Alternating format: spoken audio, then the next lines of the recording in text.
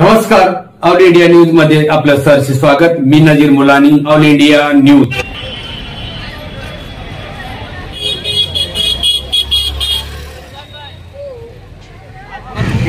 उनका कहना है कि उन्हें उनका स्थान, उनकी जगह, उनका जो हक है वो उनको नहीं मिल रहा है। ऐसे लोग यहाँ पर उपस्थित हैं, उनका साफ तौर पर कहना है। आइए हम उनसे बातचीत करेंगे उन लोगों से कि आखिर इस शास्त्री नगर और महाराष्ट्र नगर का क्या है मामला और आखिर क्यों इनके तरफ से इतना आक्रोश है। इस आक्रोश और इनकी मांग के पीछे का मुख्य कारण क्या है, आइए इनसे जानते हैं। क्या मामला है जिसको लेकर आपने कोर्ट तक भी अपने आप को पहुंचा दिया और इस पूरी कोर्ट कार्रवाई पे आपका आक्रोश? सर, मैं आपकी न्यूज़ के माध्यम से बताना चाहता हूँ कि यहाँ पर विकासक आज से 23 साल पहले हमारे इधर विकास के लिए आया। 2003 में हमारा शास्त्री नगर के हमारे इधर के एनेक्चर बने और महाराष्ट्र नगर का जो एनेक्चर है 2006 में बना। 2006 में उसी समय विकासक ने हमारी बस्ती के साथ में एग्रीमेंट किया और उस समय से लेके आज तक 23 साल का समय गुजर चुका। रफीक मटेलिया, पायनियर इंडिया डेवलपर्स और grace property India private limited करके दो कंपनी आज से 23 साल पहले हमारे महाराष्ट्र नगर और शास्त्री नगर में विकास के नाम पे आई। लोगों ने समर्थन दिया, लोगों ने उनको 99% उनके साथ में एग्रीमेंट किया, उन्हें कंसेंट दिया ताकि ये एरिया का विकास हो। पर आज 23 साल से 25 साल का समय गुजर चुका है पर अभी तक विकास नहीं हुआ। यहाँ के लोगों को आज तक जो 23 साल पुराना इनका एग्रीमेंट है वही एग्रीमेंट को आगे तक वो रगड़ रहे हैं। आपत्ति क्या है? आपने तो एग्रीमेंट कर लिया था उनसे, उसके आधार पे वो अपना कार्रवाई। हमारी आपत्ति उस एग्रीमेंट पे है कि जो 23 साल पहले हमारे माँ बाप ने वो एग्रीमेंट किया था तो आपने उस समय विकास क्यों नहीं किया? आपने विकास का काम क्यों नहीं शुरू किया? 23 साल आपने एग्रीमेंट कर एनेक्चर बनाकर आपने छोड़ दिया। उसके बाद 2 GR आए, महाराष्ट्र गवर्नमेंट के 2 GR आए। 2000 का GR आया, 2000 का GR आया और 2011 का GR आया। यहाँ पर 500 से 600 ऐसे घर है जो 2000 और 2011 के GR में बैठते हैं। तो वो लोग बेघर हो जाएंगे, उनको भी तो घर मिलना चाहिए। जब महाराष्ट्र गवर्नमेंट ने 2 GR निकाला है 2000 और 2011 का और 95 के कट ऑफ डेट के हिसाब से भी यहाँ पर ऐसे घर है जिनके साथ में विकासक ने एग्रीमेंट किया पर उनका नाम एनेक्चर में नहीं है। क्या ना मांग क्या है? तो हमारी मांग ये है कि आप सर्वे करो, बायोमेट्रिक सर्वे करो। 2000 और 2011 के लोग यहाँ पर ऐसे 500, 600, 700 घर है जिनके डॉक्यूमेंट है। आज 20 साल 25 साल से यहाँ रह रहे हैं, उनके एनेक्चर में नाम नहीं है। तो हम ये चाहते हैं कि आप 2000 और 2011 का जो कट ऑफ डेट है उसके हिसाब से आप GR करो और उनको बेघर होने से आप बचाओ। तो हमारी ये मांग है प्रशासन से, कंपोनेंट अथॉरिटी से, SRA से, क्योंकि हमने एज पर सुप्रीम कोर्ट के डायरेक्शन के हिसाब से हमारा केस मैटर सुप्रीम कोर्ट में चल रहा है। हमारा लास्ट जो 15 दिसंबर को जस्टिस ओक साहब ने हमें एज अ इंटरव्यूनर जो पेंडिंग सर्वे है जिनके घर के सर्वे नहीं हुए तो उनके एप्लीकेशन को एडमिट किया और डायरेक्शन दिया कि इनके घर के सर्वे होना चाहिए। तो मैं उनके लिए कई लोगों ने दे के चले गए, वतन चले गए, कोई लोगों ने बेच दिया। तो आज यहाँ 1400 घर में से करीबन 600-700 घर ऐसे हैं जिन्होंने बेच दिया है और नाम उसका है जिसके नाम पे था, जिसने खरीदा है। आज 15 साल हो गए, 18 साल हो गए खरीद के, उसका नाम ही नहीं है। तो जो एनेक्चर बना है वो रिवाइज होना चाहिए। इनका कहना है कि हम लोग रह रहे हैं तो हमारा नाम आना चाहिए। और गवर्नमेंट ऑफ महाराष्ट्र का कानून है यहाँ पर कि भाई 2011 तक के आपको सबको पात्र करके देना है। अब वो चीज़ फॉलो नहीं हो रही है। तो ये लोगों के अंदर ये है कि भाई हमारा ये करके कैसे मिलेगा न्याय, और न्याय मिलने की? अब ये लोग मेरे पास आए थे, हाई कोर्ट में हमने पिटीशन डाला था इन लोगों को लेके। अगस्त के महीने में डिमोलिशन रखा गया था 21, 22, 23 में। हाई कोर्ट के अंदर स्टे मिला और वो काफ़ी देर वो चला, बहुत सी चीज़ें हुई। जो पेटिशनर्स थे इनको इन लोगों ने डराया धमकाया, उनको विड्रॉ करने लगाया। लास्ट में 16 बचे थे, उनके खिलाफ इन लोगों ने ऑर्डर लाया। डेवलपर ही खेल कर रहा है ना पूरा। और जो नेता है, बड़े नेता है जो यहाँ के, वो कोई सपोर्ट ही नहीं कर रहे हैं। जो MLA है, MP है, रहता है ना, हम तो 22 महीने हो गए, हम काउंसलर सीट पे ही नहीं है, हमारा इलेक्शन ही नहीं होने दे रहा है। तो अब जो है यही नेता है ना, तो ये बेचारे कहाँ जाएंगे? नया एग्रीमेंट तो मांगोगे ना आप। 20 साल पुराने एग्रीमेंट चलेगा कि आप मुझे जवाब दीजिए। बराबर है। एनेक्चर के अंदर अगर 600 लोगों के नाम नहीं है, ये लोग अगर अभी घर दे देते हैं बिल्डर को और वो इनको 1 साल का भाड़ा दे देता है तोड़ने के लिए, जगह खाली करने के लिए, उसके बाद इनका चेक रोक देगा, इनका नाम ही नहीं है एनेक्चर में, तो ये कहाँ भागेंगे? इनका नाम नहीं है एनेक्चर में, कहाँ जाएंगे? जब बिल्डिंग बन जाएगी, पता नहीं कब बनती, अलॉटमेंट होगा तो वो चिट्ठी निकलती है अलॉटमेंट, एनेक्चर के हिसाब से अलॉटमेंट होता। कोई जब एनेक्चर में इनका नाम ही नहीं है 600 लोगों का, तो इनको घर कहाँ से दोगे आप?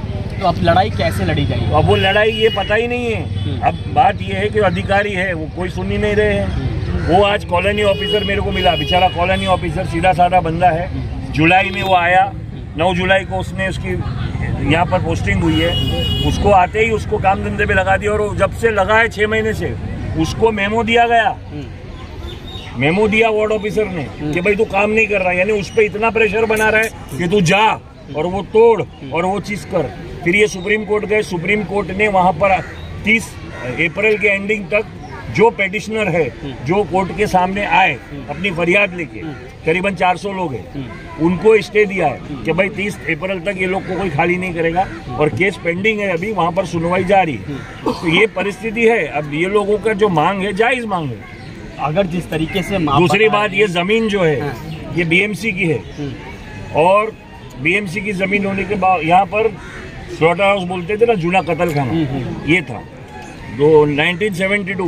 1972 में यहाँ से उसको हटा के गोवंडी करा गया और ये जमीन, क्योंकि वहाँ बीएमसी का हेड ऑफिस बीटी में था, वो जगह छोटी पड़ती थी, तो यहाँ पर प्रपोज किया हेड ऑफिस को शिफ्ट करने के लिए। वो रिजर्वेशन आज भी है, आप समझिए बात को। तो बीएमसी की जमीन है, बीएमसी का वो रिजर्वेशन पेंडिंग है, ये सब नजरअंदाज होके इस तरीके से ये काम हो रहा है।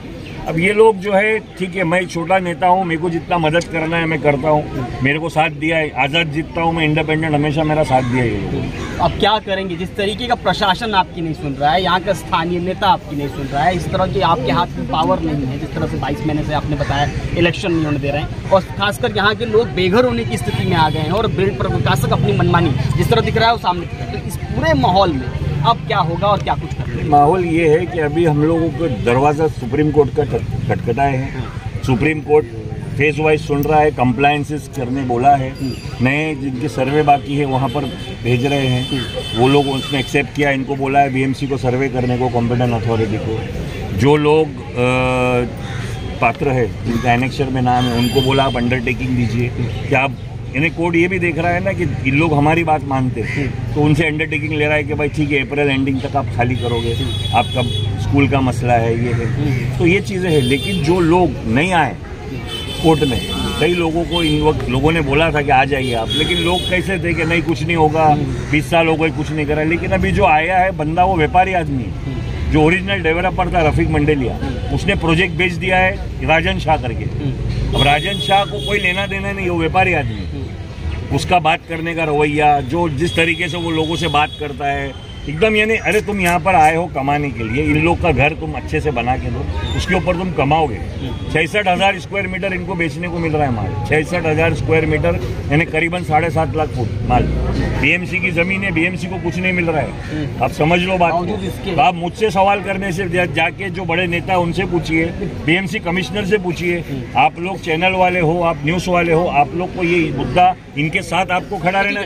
मेरे को तो मेरे ऊपर नजर है, मेरे पे कोर्ट केस डालने के चक्कर में उन लोग, FIR डालने के चक्कर में है, मेरे को मरवाने के चक्कर में है कि ये बंदा अकेला है जो इनको वो करता है। तो देख लो ये कौन लोग है, ये लोग, ये क्या सुबह निकलता है, इनके घर वाला काम पे जाता है, ये घर संभालते, इनके बच्चे 900 घर अभी भी खड़े हुए हैं। स्कूल के बच्चे कहाँ जाएंगे स्कूल?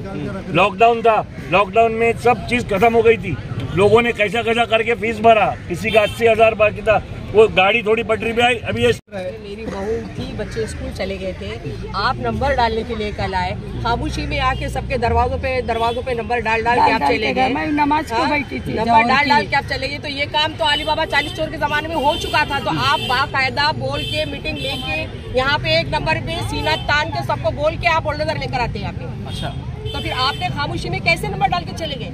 किसी को बताया भी नहीं, नमाज को बैठे अभी वो जो यहाँ की जो सोसाइटी है, साउल हमीद है, मुख्तार है, डॉन है, और भी जो नाम है, ये लोग अकेले में मिलते तो मेरे को बोलते गलत हो रहा है, तो गलत हो रहा है तो मैंने बोला रिजाइन करो आप लोग, तुम्हारे लोग है, तुम्हारे बचपन से तुमने ये सब देखा है, तुम बिल्डर की गुलामी क्यों कर रहे हो? तो वो परसों जाके मीटिंग करे, उधर किसी की आवाज नहीं निकली, सिर्फ एक बंदा लंबू भाई ने बोला कि भाई तू ये गलत कर रहा है। वो जितने सोसाइटी वाले थे किसी ने आवाज नहीं निकाला। तो इसका मतलब क्या है यानी सोसाइटी को चुनते ये लोग, बिल्डर को लाती सोसाइटी और ये लोग, और इनको इज्जत नहीं मिलेगा तो कैसा है? आज पुलिस पूरी रोड पे पुलिस, कल पूरा रास्ता बंद कर दिया था मैं सुना। तो ये कौन सा तरीका है? ये काम करो, प्यार मोहब्बत से करो, इज्जत दो, इज्जत लो, ये तरीका है?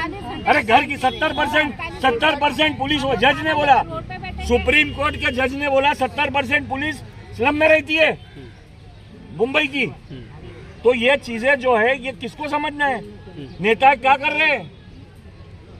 मैं नेता हूँ, मेरे को हाथ काट दिए जाते, मेरे पाबंदी लगा दी जाती, मैं मीटिंग नहीं ले सकता हूँ, 149 का नोटिस दे देते मुझे। ये कौन सा तरीका है? मेरे लिए 149 और बिल्डर के लिए तोड़ने के लिए 149 नहीं है। तो यहाँ पर इनका साफ तौर पर कहना है कि पुलिस से लेकर तमाम तरह की जो यंत्रणा है जो खासकर जनता के लिए बनी है, उनका उपयोग करके कहीं न कहीं उनके घरों को ध्वस्त करने का प्रयास है। अब देखना ये होगा कि आने वाले समय में, जो मैं पहले कह रहा था कि जीत उनकी होती है या उनकी जो विकासक हैं।